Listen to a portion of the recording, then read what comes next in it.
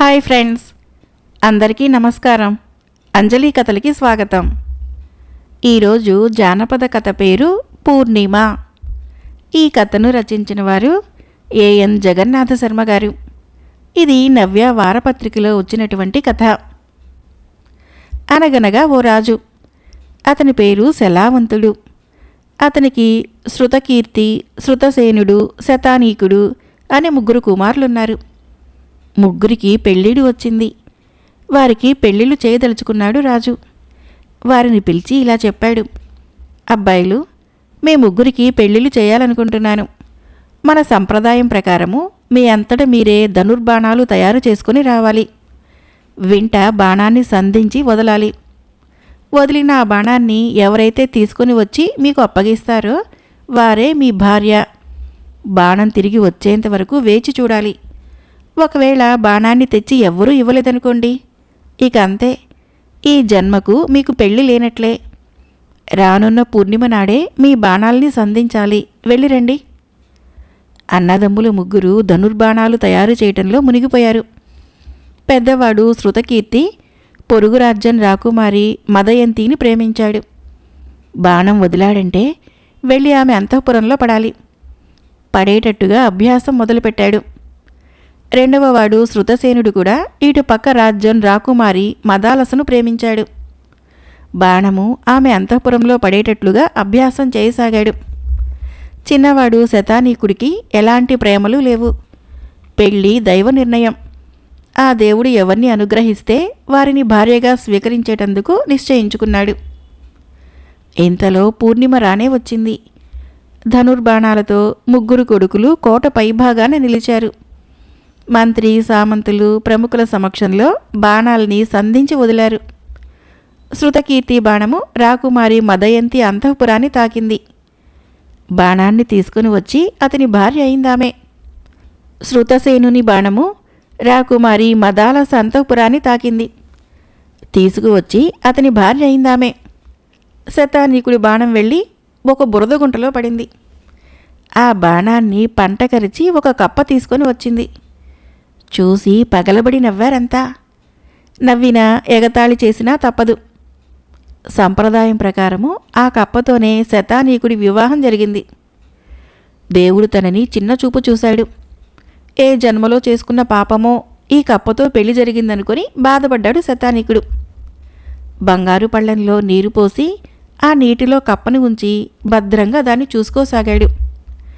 అన్నలు వదినలు తనని వెక్కిరిస్తున్నా, ఆట పట్టిస్తున్నా దుఃఖాన్ని అణుచుకుంటూ కాలం గడపసాగాడు.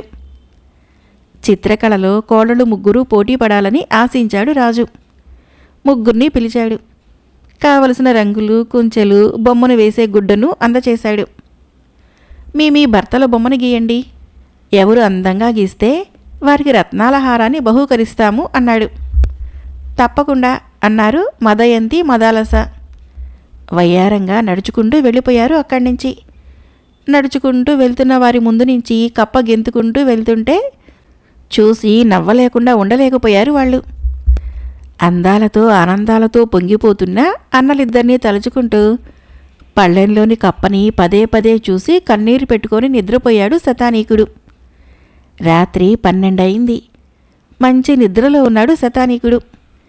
ఇదే సరైన సమయం అనుకొని పళ్ళెంలోని కప్ప గెంతుకుంటూ గది కిటికీ తలుపును తెరిచింది. ఆకాశంలోని చంద్రుణ్ణి చూసింది. చంద్రకిరణాలు సోకాయా లేదో వేసుకున్న దుస్తుల్లా కప్ప చర్మం తొలగిపోయింది. అందులో నుంచి ఓ అందమైన రాకుమారి ప్రత్యక్షమైంది. పెద్ద పెద్ద కళ్ళు, కోటేరు వేసినట్లుగా ముక్కు, ఎర్రని పెదవులు. మహా అందంగా ఉంది ఆమె. ఆకాశంలో ఎగురుతున్న పక్షి చూసిందామెను. పూర్ణిమ, పూర్ణిమ అని అరిచింది. పెదవుల మీద కుడి చేతి చూపుడి వేలుంచి కళ్ళు మరింత పెద్దవి చేసి అరవద్దన్నట్లుగా వారించింది పూర్ణిమ. సరేనన్నట్టుగా పక్షి ఊరుకుంది. శతానీకుని బొమ్మ గీసేటందుకు సిద్ధమైంది పూర్ణిమ. అటు తిరిగి మంచం మీద నిద్రపోతున్న శతానీకుణ్ణి ఇటు తిప్పి చూసింది. తన భర్త పున్నమి చంద్రుడిలా ఉన్నాడనుకుంది. మహా అందగాడు అనుకుంది. ముద్దు పెట్టుకుంది. భర్తని పరీక్షగా చూస్తూ అతని బొమ్మని రంగురంగుల్లో చూడముచ్చటగా చిత్రీకరించింది. తెల్లవారుతూ ఉండగానే కప్పగా మారిపోయింది. వెళ్ళి పళ్ళెంలో ఎప్పటిలాగా కూర్చుండిపోయింది. నిద్ర నుంచి మేల్కొన్నాడు శతానీకుడు. కళ్ళు తెరవలేదింకా. బెకబెకామంటున్న కప్ప గోల చేయడంతో చిరాగ్గా కళ్ళు తెరిచి చూశాడు. ఎదురుగా తన బొమ్మ అచ్చొత్తినట్లుగా ఎంత బాగుందో. ఒక్క ఉదుటున లేచి చిత్తరువు దగ్గరికి చేరుకున్నాడు శతానీకుడు. బొమ్మని పట్టి పట్టి చూశాడు. గంధర్వులు తప్ప మానవ మాతృలకి ఇలా గీయటం సాధ్యం కాదనుకున్నాడు. ఎవరు గీశారు? భర్తల బొమ్మలు గీయమన్న తండ్రిగారి మాట గుర్తుకొచ్చింది. ఆశ్చర్య ఆనందాలతో కప్పవైపు చూశాడు అతను. దాని దగ్గరగా పరుగు పరుగున వచ్చాడు. బొమ్మ నువ్వు గీశావా అని అడిగాడు. సమాధానంగా బెకబెకమంది కప్ప. ఆప్యాయంగా కప్ప తలను నిమిరి ఆసనం మీది బొమ్మని అందుకొని రాజుగారిని సమీపించాడు. ఆ సరికే అక్కడ అన్నలిద్దరూ వదినలు ఉన్నారు. వదినలు చిత్రించిన బొమ్మల్ని చూస్తున్నాడు మహారాజు. బాగా లేవవి. అన్నల రూపురేఖలు ఏమాత్రమూ లేవందులో. నచ్చలేదన్నట్టుగా ముఖం చిట్లించాడు రాజు. బొమ్మల్ని కోడలికి అందించాడు. కాబోయే యువరాణులు సంగీత నృత్య చిత్రలేఖనాదుల్లో ఆరితేరి ఉండాలి. ఇప్పటికైనా మించిపోయింది లేదు, కృషి చేయండి అన్నాడు. బొమ్మను పట్టుకొని నిల్చున్న శతానీకుణ్ణి చూశాడు. ఏది మీ రాణివారు గీచిన చిత్రము అడిగాడు. అందించాడు శతానీకుడు. చూసి ఆశ్చర్యపోయాడు రాజు. కోడళ్ళకి కొడుకులకి చూపించాడు. బొమ్మంటే ఇది, ఇలా ఉండాలి చూడండి, జీవకళ ఎలా ఉట్టిపడుతున్నదో అన్నాడు. ఇస్తానన్న రత్నాల హారాన్ని శతానీకుడికి అందించాడు. గొప్ప చిత్రకారిణి కోడలిగారికి మామగారి కానుకని చెప్పి ఇవ్వండి, అభినందనలు అందచేయండి అన్నాడు. రత్నాల హారము తమకు లభించినందుకు అన్నలు వదినలు శతానీకుడిని గుర్రుగా చూశారు. నిజంగా ఈ బొమ్మ ఆవిడిగారు వేసిందేనా, లేకపోతే ఇంకెవరైనా వేశారా అడిగారు. అనుమానాలుంటే అడగరెవరు, ఆరా తీసి రుజువు చేస్తారు అన్నాడు శతానీకుడు. వెనుదిరిగాడు. కప్ప భార్య మీద మరిదిగారికి ఎంత ప్రేమో అన్నారు. గొల్లున నవ్వుకున్నారు నలుగురు. కనుచూపు మేర దాటిపోయాడు శతానీకుడు. అప్పుడన్నాడు శృతకీర్తి.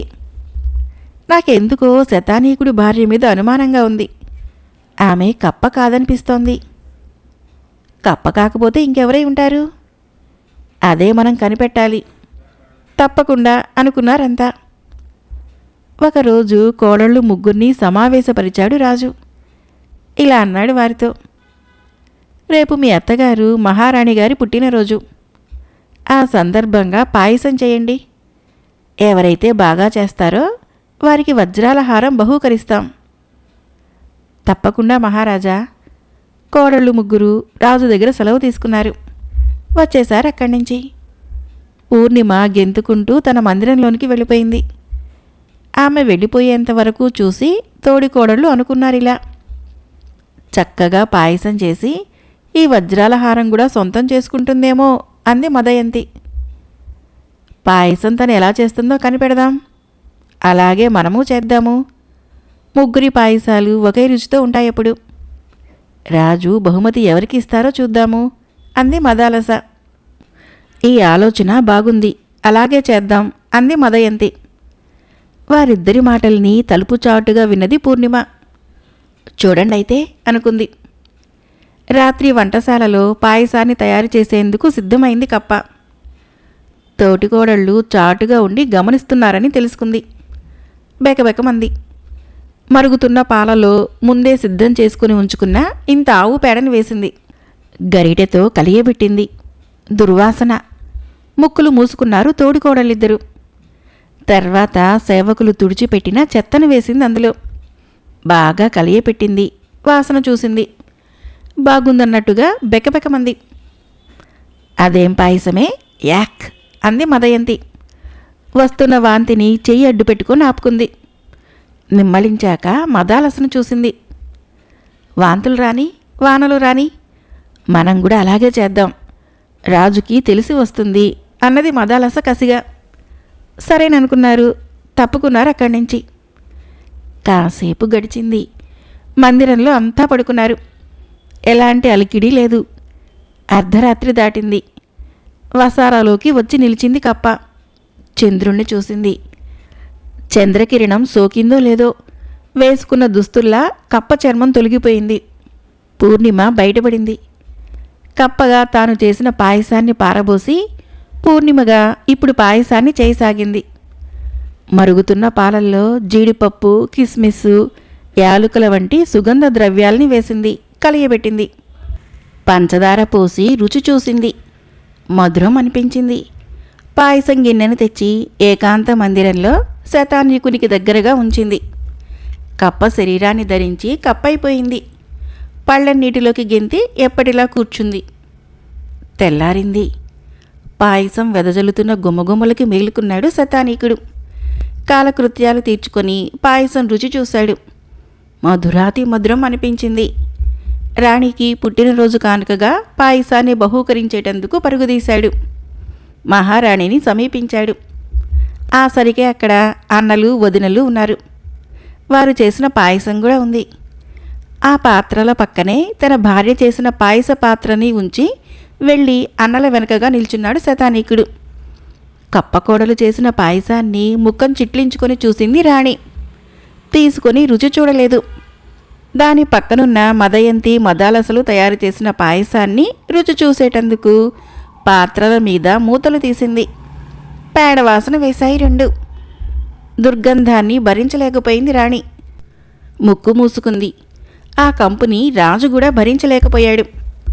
వాటిని అక్కడి నుంచి తొలగించండి ఆజ్ఞాపించాడు రాజు. సేవకులు తొలగించారు వాటిని.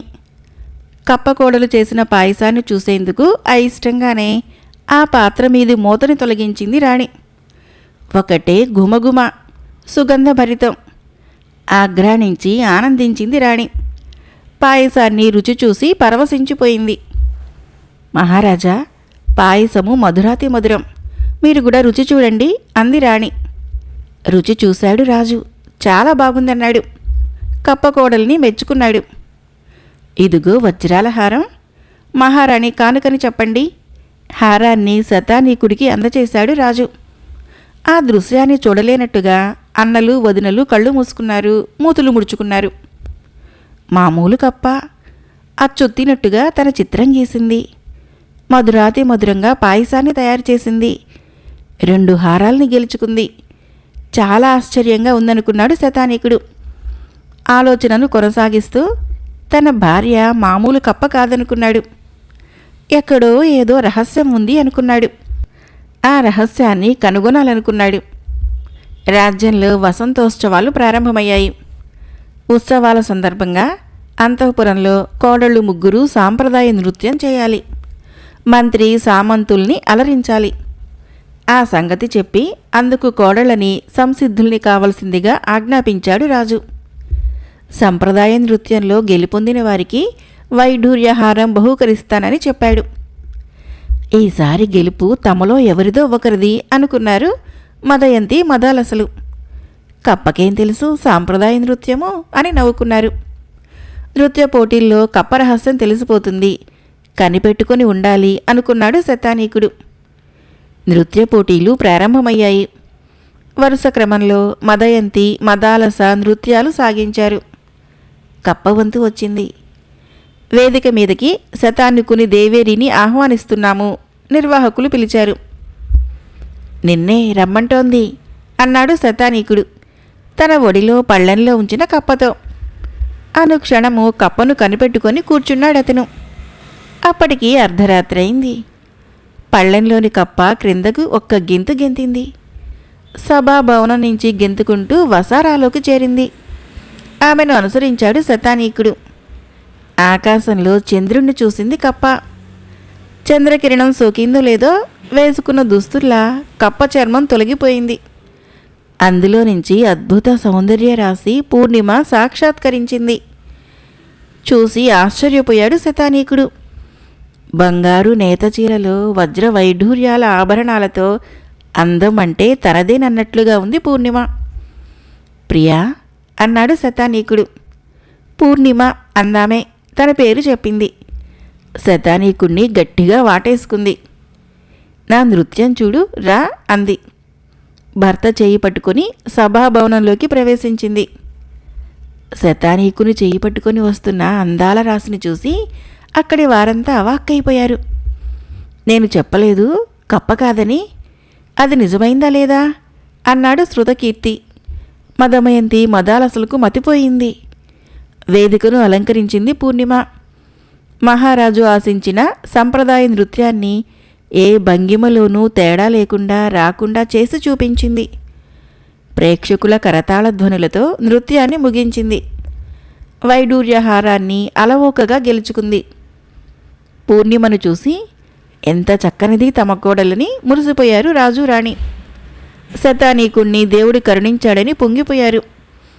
యువరాణి లక్షణాలు పూర్ణిమకే ఉన్నాయనుకున్నారు. త్వరలో యువరాజుని ప్రకటించాలనుకున్నాడు మహారాజు. ఏకాంత మందిరానికి చేరుకున్నారు పూర్ణిమ శతానీకులు. భర్త చేతిలో తను విడిచేసిన కప్ప చర్మం ఉండటాన్ని గమనించింది పూర్ణిమ. జాగ్రత్త అంది. ఆ బాధ్యత తనకి వదిలేయమన్నట్లుగా సైగ చేసి నవ్వాడు శతానీకుడు. ఆమె చూస్తుండగానే చర్మాన్ని బీరువాలో జాగ్రత్త చేశాడు. తొలి రాత్రి తీయగా గడిచింది ఇద్దరికి. అటు నాట్యంతోనూ ఇటు ఆనందాలతోనూ అలసిన పూర్ణిమ గాఢ నిద్రలోకి జారుకుంది. అదే అవకాశంగా శతానీకుడు పూర్ణిమ కప్ప చర్మాన్ని అందుకొని కాల్చేశాడు. భార్య తనకిక దూరం కావటము తట్టుకోలేక అందుకు తెగించాడతను. తెల్లవారుతోంది. మెలకువ వచ్చింది పూర్ణిమకు. కంగారుగా లేచి బీరువా తెరిచి చూసింది. అందులో కప్ప చర్మం లేదు. ఆందోళన చెందింది. నిద్రపోతున్న శతానీకుణ్ణి లేపి చర్మం గురించి అడిగిందామె. చర్మాన్ని కాల్చేశానని, దానికి కారణము భార్యని విడిచి ఉండలేని అసక్తత అన్నాడు శతానీకుడు. ఎంత పని చేశావు యువరాజా? ఏం చెయ్యాలో పాలుపోనట్టుగా చేతివేళ్ల గోళ్లు కొరుక్కోసాగింది పూర్ణిమ. తను కాని పని ఏం చేశాడని, ఎందుకింతగా పూర్ణిమ కంగారు పడుతోంది? అర్థం కాలేదు శతానీకుడికి. సూర్యోదయమైతే సూర్యకిరణం సోకితే నేను మరణిస్తాను. ఓ ముని నన్నిలా శపించాడు. అందుకే ఇన్నాళ్ళు కప్ప చర్మంలో దాక్కున్నాను అన్నది పూర్ణిమ. ఆశ్చర్యపోయాడు శతానీకుడు. అర్ధరాత్రి దాటిన తర్వాత చంద్రకిరణం సోకితేనే నేను మనిషినైతాను. రోజులో ఓ 4 గంటల కాలం మాత్రమే మనిషిగా నేను జీవించేది. 2 ఏళ్లుగా ఈ శాపాన్ని అనుభవిస్తున్నాను. శాప విమోచన దగ్గర పడింది. ఇక మనిషిగా మీ భార్యగా హాయిగా కాపురం చేసుకోగలను అనుకునేంతలో తొందరపడ్డారు అంది పూర్ణిమ. తొందరపడ్డాను నిజమే. ఇప్పుడు ఏం జరగబోతుంది?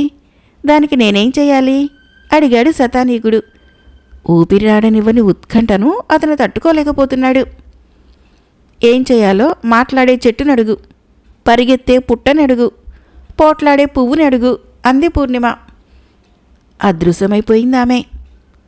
పూర్ణిమ పూర్ణిమ గగ్గోలుగా అరిచాడు శతానీకుడు. తెల్లార్లు రోధించాడు. సూర్యోదయం అయింది.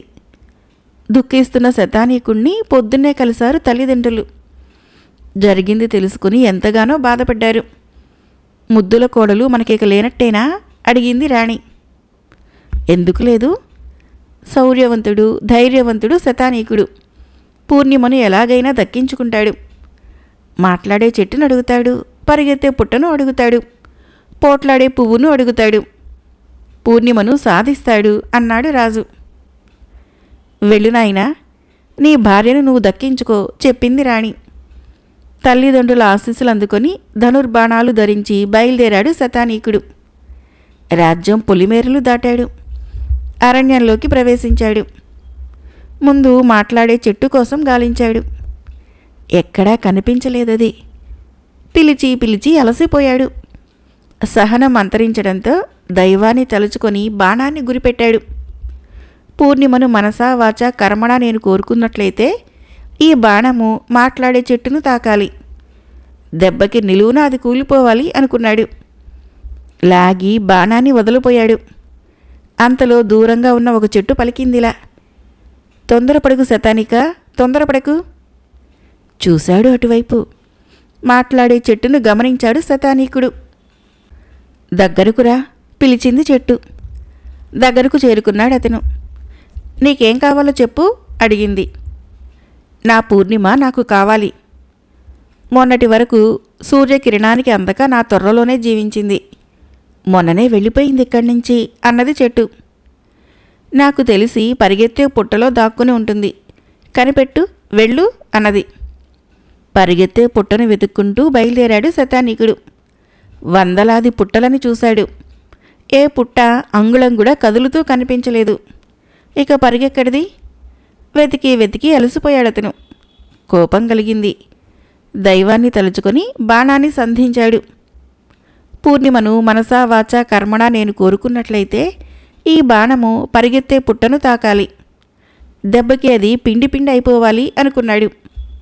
గట్టిగా లాగి బాణాన్ని వదిలేంతలో పుట్ట ఒకటి పరిగెత్తుకుంటూ శతానీకుణ్ణి చేరింది. ఆగు శతానిక, ఆగు అంది. చెప్పు, నీకేం కావాలి అని అడిగింది. నా పూర్ణిమ నాకు కావాలి అన్నాడు శతానీకుడు. నీ పూర్ణిమ నిన్నటి వరకు సూర్యకిరణానికి అందక నా పుట్టలోనే తలదాచుకుంది. నిన్ననే వెళ్ళిపోయింది. నాకు తెలిసి పూర్ణిమ పోట్లాడే పువ్వులో దాక్కుని ఉండుంటుంది. వెళ్ళి వెతుకు అంది. పోట్లాడే పువ్వు అన్వేషణలో పడ్డాడు శతానీకుడు. పువ్వులన్నీ నవ్వుతూ ఉన్నాయే కానీ పోట్లాడే తత్వంతో ఏ ఒక్కటి కనిపించలేదు. పోట్లాడే పువ్వును కనుగొనేటందుకు పువ్వుల్ని కసిరాడు, కొట్టాడు. అయినా ఏ ఒక్కటి ఎదురు తిరగలేదు. రాత్రి పగలు ప్రతి పువ్వుని గమనించాడు. ఫలితం లేకపోయింది. చిరాకొచ్చింది. మళ్ళీ బాణాన్ని సంధించాడు శతానీకుడు. అతను అలా బాణాన్ని సంధించాడో లేదో పెద్ద గొంతుతో పోట్లాడికి వచ్చింది ఒక పువ్వు. పూర్ణిమ కనపడలేదు. కనపడాలని ప్రార్థించాలి, వేడుకోవాలి. అంతేగాని ప్రాణాలు తీస్తానంటూ బాణాన్ని సంధిస్తావా? ఎవరైనా పువ్వుల్ని తెంపుకుంటారు గాని పువ్వుల్ని చంపుకోరు. సరే, నేను నిన్ను చంపను గాని నా పూర్ణిమ ఎక్కడుందో దయచేసి చెప్పు అడిగాడు శతానీకుడు. అదిగో ఆ కనిపిస్తోన్న కొండ మీద ఒక గుడిసె ఉంది కదా, ఆ గుడిసెలో ఓ చల్లకుండ ఉంది. చల్ల చిలికి ఇప్పుడే ఉట్టి మీద పెట్టింది అవ్వ. ఆ కుండలో దాక్కుంది నీ పూర్ణిమ, వెళ్ళి తెచ్చుకో అంది పువ్వు. పరుగు దియబోయాడు శతానీకుడు. పువ్వు అతన్ని వారించి ఇలా అంది. నీ పూర్ణిమ నీతోనే ఎల్లప్పుడూ ఉండాలంటే, ఆమెకు శాప విమోచనం కలగాలంటే అవ్వ భయపెడుతున్నా భయపడకుండా చల్లకుండా అందుకొని ఒక్క పెట్టున పగలగొట్టు. నీ పూర్ణిమ నీదైతుంది. నువ్వు పోట్లాడే పువ్వు కాదు, సాయం చేసే స్నేహితుడివి, కృతజ్ఞుణ్ణి అన్నాడు శతానీకుడు. పువ్వుని ముద్దు పెట్టుకుని బయలుదేరాడు అక్కడి నుంచి. కొండ మీదకు చేరుకున్నాడు. గుడిసె ముందు నిలిచాడు. ఎవరు కావాలి నాయనా? గుడిసెలో నుంచి వచ్చి అడిగింది అవ్వ. దాహంగా ఉంది, కొంచెం చల్ల ఉంటే ఇవ్వవ్వా అడిగాడు శతానీకుడు. ఇక్కడే ఉండు నాయనా అని లోపలికి వెళ్ళింది అవ్వ. ఉట్టు మీద చల్లకుండని జాగ్రత్తగా దించింది. దించి ఇటు తిరిగిందో లేదో పక్కన నిల్చున్న శతానీకుడిని చూసి ఆశ్చర్యపోయింది. లోపలికెందుకొచ్చావు? కోపగించుకుంది. సమాధానం చెప్పలేదు శతానీకుడు. అవ్వ చేతిలోని చల్లకుండని గుంజుకునేందుకు ప్రయత్నించాడు. చల్లకుండని వెనక్కి దాచిపెట్టి కన్నుగుడ్డంత ఎర్రగా చేసి ఆగ్రహించింది అవ్వ. తిరగబడితే సెలవైపోతావు. నా చేతిలో చల్లకుండనే కాజేయాలని చూస్తున్నావా? జాగ్రత్త హెచ్చరించింది. భయపడలేదు శతానీకుడు. అవ్వ చేతిలోని చల్లకుండను అందుకోజూశాడు. ఓ గర్జించింది అవ్వ. కళ్ళు మూసుకొని ఏదో మంత్రోచ్చారణ చేయసాగింది. అదే అదనుగా అవ్వ చేతిలోని చల్లకుండని లాక్కున్నాడు శతానీకుడు. పైకెత్తి ఒక్కసారిగా నేలకేసి బలంగా కొట్టాడు. పెద్దగా శబ్దం చేస్తూ చల్లకుండ పగిలిపోయింది. ఆ శబ్దానికి అవ్వ ఏకాగ్రతకు భంగం కలిగింది. ఆమె మంత్రోచ్చారణలో తప్పు దొర్లింది. దాంతో మంత్రం ఫలించలేదు. పైగా బెడిసి కొట్టింది. అవ్వ శిలగా మారిపోయింది. ఇంతలో నేల మీద చెల్లాచెదురైన చల్లంతా కూడుకొని ఒక చోటకి చేరి మనిషి ఆకృతిని సంతరించుకుంది. పూర్ణిమగా ప్రాణం పోసుకుంది. పూర్ణిమ అంటూ చేతులు చాచాడు శతానీకుడు. ఆనందంగా అతని కౌగిట ఒదిగిపోయింది పూర్ణిమ. పూలవాన కురిసిందప్పుడు. మేఘాల్లో మంగళవాద్యాలు మ్రోగాయి. పూర్ణిమతో రాజ్యానికి తిరిగి వచ్చిన శతానీకుణ్ణి ఎదురేగి ఆహ్వానించాడు రాజు. ఆ రోజే అతనికి యువరాజు పట్టాభిషేకం చేశాడు. యువరాణి పూర్ణిమతో యువరాజు శతానీకుడు హాయిగా ఆనందంగా కాలాన్ని గడపసాగాడు. కథ అయిపోయింది. ఫ్రెండ్స్, ఈ కథ మీకు నచ్చినట్లయితే మన ఛానల్ని తప్పకుండా సబ్స్క్రైబ్ చేయండి, లైక్ చేయండి, షేర్ చేయండి, కామెంట్ చేయండి. Thank you.